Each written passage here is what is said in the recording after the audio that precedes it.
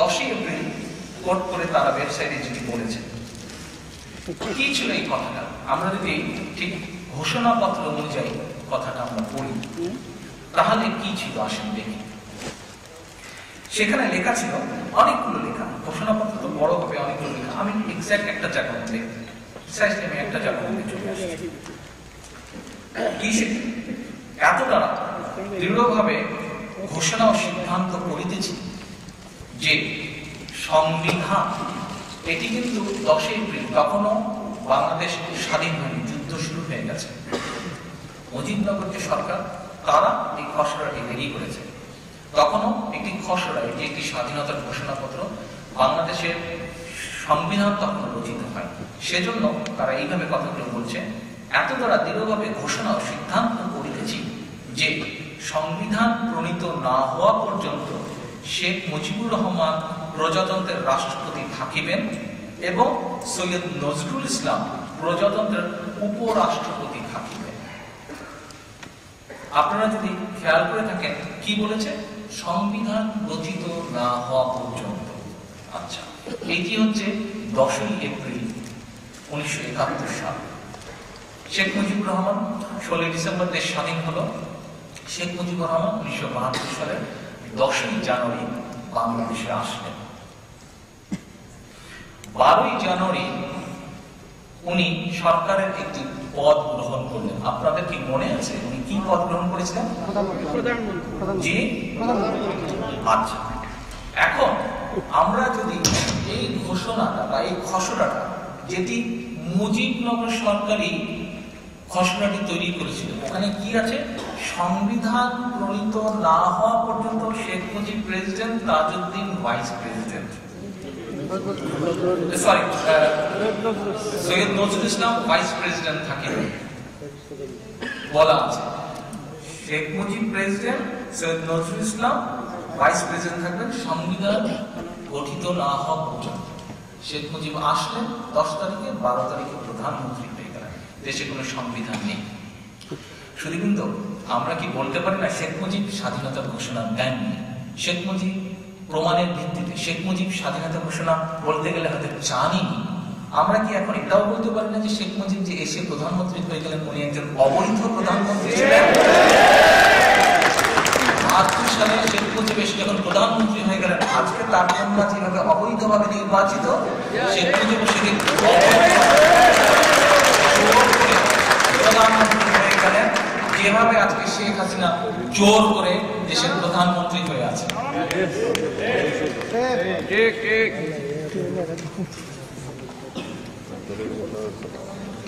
শুধু এটিই নয়, এরপরে আরেকটি কথা বলতে চাই আপনাদের সামনে।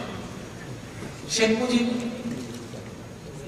মুজিবনগরের খসড়ার ঘোষণা এবং বাংলাদেশের সংবিধানের প্রেক্ষাপটে বিচার করলে অবৈধ হয়ে যায়। সে আরো কিভাবে অবৈধ হয় দেখুন। আমাদের একটি ফটোকপি আছে। এই ফটোকপিটি হচ্ছে বাংলাদেশে একটি সাপ্তাহিক ম্যাগাজিন আছে, ম্যাগাজিনটার নামই হচ্ছে সাপ্তাহিক, ম্যাগাজিনটার নামই হচ্ছে সাপ্তাহিক। এই সাপ্তাহিক ম্যাগাজিনের একটি সংখ্যাটি হচ্ছে 28শে অক্টোবর 2010। 28শে অক্টোবর 2010। এখানে ডক্টর কামাল হোসেন, যে কামাল হোসেন শেখ মুজিবের সাথে ওই কয়েক মাস পাকিস্তানের জেলে বন্দী ছিলেন। এই কামাল হোসেন শেখ সাহেব ফিরে আসার সময় একই ফ্লাইটে বাংলাদেশের শেখ সাহেবের সাথে গিয়েছিলেন। এই কামাল হোসেন পরবর্তীতে ফরেন মিনিস্টার ছিল।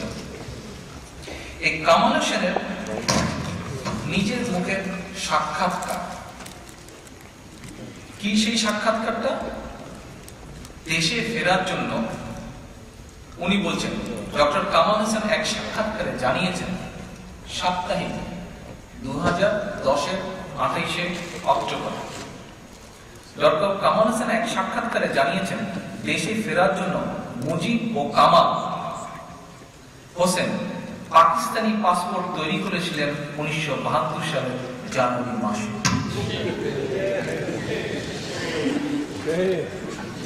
ডক্টর কামাল হোসেন নিজের মুখে বলছেন যে উনি এবং শেখ মুজিব, আপনারা যদি এই সংখ্যাটি জোগাড় করতে পারেন, আমরা এটি যেই ওয়েবসাইটটি আছে এখানে, এই ওয়েবসাইটে আমরা পুরো সাক্ষাৎকারটি দিয়ে দিব, ওর থেকে আপনারা পড়ে নিতে পারবেন, ঘোষণা26.com এই ওয়েবসাইট থেকে। এই সাক্ষাৎকারের মধ্যে ডক্টর কামাল বলছেন জেলখানায় অথরিটি আসলো, তাদেরকে বললো যে আমরা তো লন্ডন হয়ে বাংলাদেশে যাব, যেহেতু তখন পাকিস্তানি কোনো এয়ারক্রাফট ইন্ডিয়ান টেরিটরির উপর দিয়ে আসতে পারবে না, সেই জন্য তারা একবার চিন্তা করলো যে ইউএনের এয়ারক্রাফটে যাবে তারা। আচ্ছা ঠিক আছে, ভালো কথা, ইউএনের এয়ারক্রাফটে যাবে। তারপরে বোধহয় ডিসিশন চেঞ্জ করলো, কিন্তু এখন কোন ডকুমেন্ট নিয়ে যাবে আমি বুঝলাম না। একজন ব্যক্তি যার নামে এত বছর বলা হলো যে স্বাধীনতার ঘোষণা করেছে, সে যে ছোটবেলা থেকে বলে স্বাধীন বাংলাদেশের স্বপ্ন দেখত, সেই ব্যক্তি ইউএনের এয়ারক্রাফটে বাংলাদেশ আসার কথা চিন্তা করতে পারলো, কিন্তু ইউএনএ ট্রাভেল ডকুমেন্ট না নিয়ে সে পাকিস্তানি ডকুমেন্ট নিয়ে বাংলাদেশে আসলো। সে স্বাধীন বাংলাদেশে আসলো পাকিস্তানি ডকুমেন্ট নিয়ে, সে স্বাধীন বাংলাদেশে এসে অবৈধভাবে স্বাধীন বাংলাদেশের প্রধানমন্ত্রী হলো পাকিস্তানের নাগরিক রূপে। এই সব তথ্য আমি আপনাদের সঙ্গে উপস্থাপন করলাম।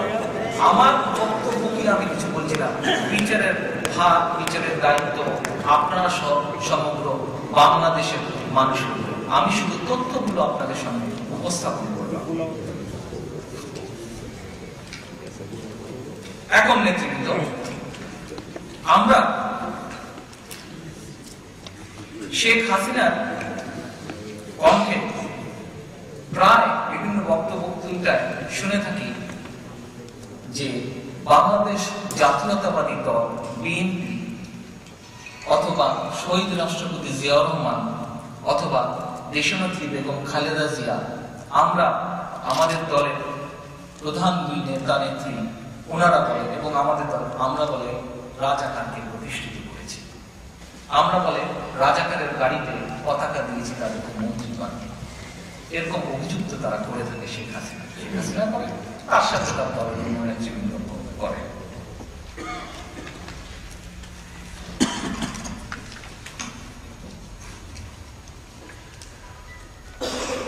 মৌলানা নুরুল ইসলাম নামে এক ব্যক্তি আওয়ামী লীগের নমিনেশন পেয়ে 1996 সালের নির্বাচনে জয়ী হয় জামালপুর থেকে।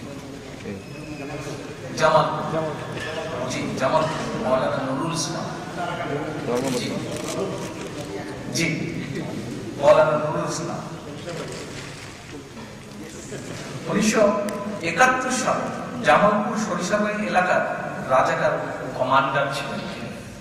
শেখ হাসিনা কিন্তু তাকে শুধু নমিনেশন দেয়নি, নমিনেশন পাওয়ার পরে সে নির্বাচিত হলো এবং তাকে ধর্ম প্রতিমন্ত্রী শেখ হাসিনা আসেন। তার নেতৃত্বে রাজাকাররা ওই এলাকায় মুক্তিযুদ্ধ বিরোধী সকল কর্মকাণ্ড পরিচালনা করত। এই যে নুরুল ইসলামের নেতৃত্বে দৃশ্যপট 71 একটি বই আছে, 21 শতকের রাজনীতি ও আওয়ামী লীগ গ্রন্থ। এই বইয়ের 45 নম্বর পৃষ্ঠায় যদি আপনারা যান, এই রাজাকার সম্পর্কে সকল তথ্য আপনারা পাবেন। বাংলাদেশের ইতিহাসে আওয়ামী লীগই প্রথম যারা একজন তালিকাভুক্ত, শেখ মুজিবের সময় যে রাজাকারদের তালিকা করা হয়েছিল এবং যেই কজনের বিচার হয়েছিল, এই নুরুল ইসলাম হচ্ছে ওয়াজ ওয়ান অফ দেম, যার বিরুদ্ধে সত্যিকার ভাবে রাজাকার আইন, সত্যিকার ভাবে রাজাকার হিসেবে মানে অফিসিয়ালি যার বিরুদ্ধে এলিগেশন আছে, কেসেস আছে এবং বিচার হয়েছিল। যতটুকু মানে 18 মাস সে বলে জেলে হয়েছিল। আচ্ছা, শেখ হাসিনার বাপ যাকে রাজাকার, শেখ হাসিনার বাপ যাকে শেখ মুজিবুর রহমান যাকে রাজাকারের আইনে বিচার করল, 18 মাস জেল খাটল, তাকে শেখ হাসিনা মন্ত্রী করলো, তাকে শেখ হাসিনা এমপি বানালো। আমরা ওই বিতর্কে যেতে চাই না, তবে এটা হচ্ছে স্বাভাবিক সেন্সের ব্যাপার বা ইতিহাসের ব্যাপার বা তথ্যের ব্যাপার। হ্যাঁ, আমরা দেশের ঐক্যের স্বার্থে শহীদ জিয়া বা দেশনেত্রী বেগম খালেদা জিয়া অন্যান্য দলের কিছু ব্যক্তিবর্গকে ক্যাবিনেটে নিয়েছিলেন, মন্ত্রিসভায় সদস্য হিসেবে নিয়েছিলেন। তাদের কারো বিরুদ্ধে শেখ মুজিবের সময় বা শেখ হাসিনার অন্য শাসনামলেও তাদের কারোর বিরুদ্ধে শেখ মুজিবের সময় অফিসিয়ালি রাজাকারের আইনে বিচার হয়নি, তারা জেলও খাটেনি। তাহলে কি দাঁড়ালো? রাজাকারের গাড়িতে যদি জাতীয় পতাকা দিতে হয়, এইটা সবচেয়ে প্রথম শেখ হাসিনা করেছে, জিয়াও করেননি করেনি, বিএনপি করার প্রশ্নই আসে। কত কন্ট্রোভার্সিয়াল কাজ এবং কত কন্ট্রোভার্সিয়াল কথা শেখ মুজিব করেছে, শেখ হাসিনা করেছে, করছে, আওয়ামী লীগ করেছে। এটি বিচার ইতিহাস হিসেবে আসেন। শুধু এটি না, রাজাকারের বংশ বিস্তার যদি আমরা দেখি, এত রাজাকার নিয়ে কথা হয়, রাজাকারের বংশ বিস্তারও যদি হয়, সেটি দেখেন শেখ হাসিনার ফ্যামিলি বা তার শেখ হাসিনার ফ্যামিলি বা তার দলের মধ্যে থেকে হচ্ছে। কিভাবে? ইঞ্জিনিয়ার খন্দকার মোশাররফ হোসেন ইনি হচ্ছেন শেখ হাসিনার আত্মীয়। তিনি শান্তি বাহিনী গঠন করে মুক্তিযোদ্ধাদের হত্যার জন্য হানাদার বাহিনীদের প্ররোচিত করেন।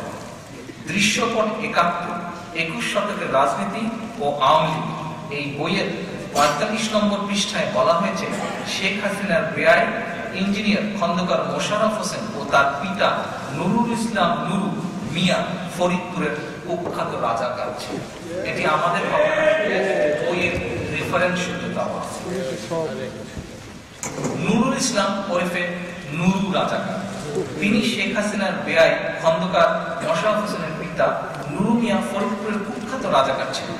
২০১২ সালের ২১শে এপ্রিল ফরিদপুর জেলা আওয়ামী লীগ নেতা হাসিনার সাথে বৈঠক করেন। এই সময় তারা এলাকার কুখ্যাত নুরা রাজাকারের ছেলে শেখ হাসিনার রাজাকার বেয়াই মোশাররফের প্রসঙ্গটি তোলেন। তখন শেখ হাসিনা বলেন, সুধীবৃন্দ একটু যদি খেয়াল করেন শেখ হাসিনা কি বলেছিল। শেখ হাসিনা তখন বলেন, ফরিদপুরের রাজাকারের তালিকায় ১৪ নম্বরে, খেয়াল করবেন ফরিদপুরের শেখ হাসিনার লেখা, ফরিদপুরের রাজাকারের তালিকায় ১৪ নম্বরে নুরু মিয়ার নাম থাকলেও তিনি যুদ্ধ অপরাধী ছিলেন না। নুরু মিয়ার অপকর্মের খতিয়ান, মুক্তিযুদ্ধের প্রেক্ষাপট, ব্যক্তির অবস্থান বইয়ে বিস্তারিত ভাবে তুলে ধরা আছে। আপনারা যদি, আমি যেহেতু বড় করতে চাই না সেই জন্য আমি আর বিস্তারিত আনলাম না, আপনারা নিশ্চয়ই উৎসাহ ভরে এই তথ্যগুলি পড়বেন, জানবেন এবং মানুষকে জানবেন, আমি অনুরোধ করব। আসেন,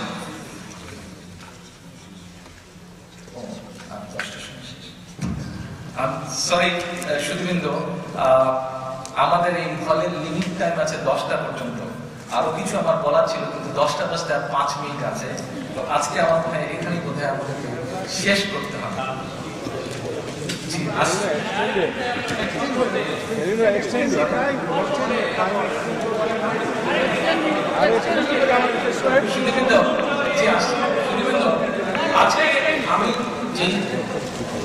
আজকে আমার এখানে আসা, আপনাদের সাথে মিলিত হওয়ার কয়েকটি উদ্দেশ্য, তার মধ্যে একটি উদ্দেশ্য হচ্ছে যে আপনারা নিশ্চয়ই পত্রিকাও দেখেছেন, পড়েছেন, জেনেছেন হয়তো মানুষকে, যে গত রমজান মাসে বিএনপির ইফতার পার্টিতে আমি দেশ এবং দেশের মানুষ সম্পর্কে বলেছি। আজকে এখানে অনেক বক্তা দেশ এবং দেশের মানুষের সম্পর্কে ডেফিনেটলি আমার ও আমার দলের পরিকল্পনা, কিন্তু শুধু একই সাথে আরেকটা উদ্দেশ্য ছিল আজকে এখানে আসা, যে আপনাদের সাথে পরিচিত হওয়া। বিকজ যখন ইনশাআল্লাহ ভবিষ্যতে সুযোগ আসবে, এই কমিউনিটির মধ্যে অনেক প্রতিভাবান মানুষ আছেন যারা বাংলাদেশি, যারা দেশের জন্য অবদান রাখতে সক্ষম হন, এবং আমার দৃষ্টিতে আজকে বক্তাদের মাঝে কয়েকজনকে আমি আজকে পেয়েছি। আমি বিশ্বাস করি যে ইনশাআল্লাহ ভবিষ্যতে যখন সুযোগ আসবে তাদেরকে আমরা কাজ লাগাবো। তবে শুধুবৃন্দ, আজকে মেইন যে আমার উদ্দেশ্যটা ছিল, আমি আগেই বলেছি শুধুবৃন্দকে, আপনারা সমাজের বিবেকের মতো, আপনারা যারা আজকে এখানে এসেছেন আমন্ত্রিত হয়ে, আপনারা সমাজের বিবেকের মতো, আপনাদের চিন্তা, আপনাদের চেতনা, আপনাদের ভাবনা সমাজকে সামনে এগিয়ে নিয়ে যেতে সাহায্য করে, সহায়তা করে। আপনাদের চিন্তা, আপনাদের চেতনা, আপনাদের ভাবনা সমাজকে আজকে আমি যে আপনাদের সামনে উপস্থাপন করি, এইগুলো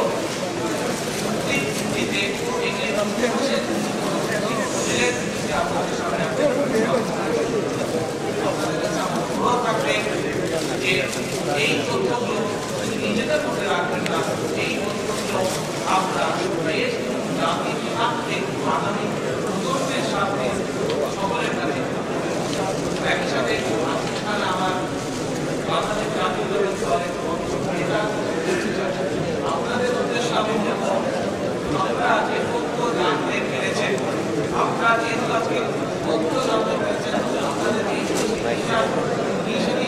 সেটি হচ্ছে শহীদ রাষ্ট্রপতি জিয়াউর রহমান হচ্ছেন আপনাদের অবজ্ঞা করার মতো বিষয়।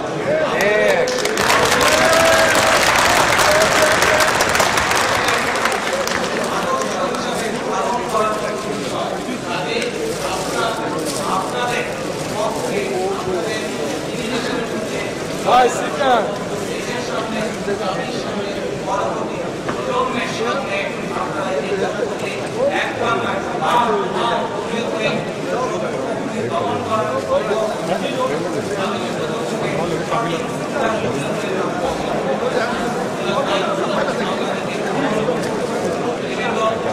শেষে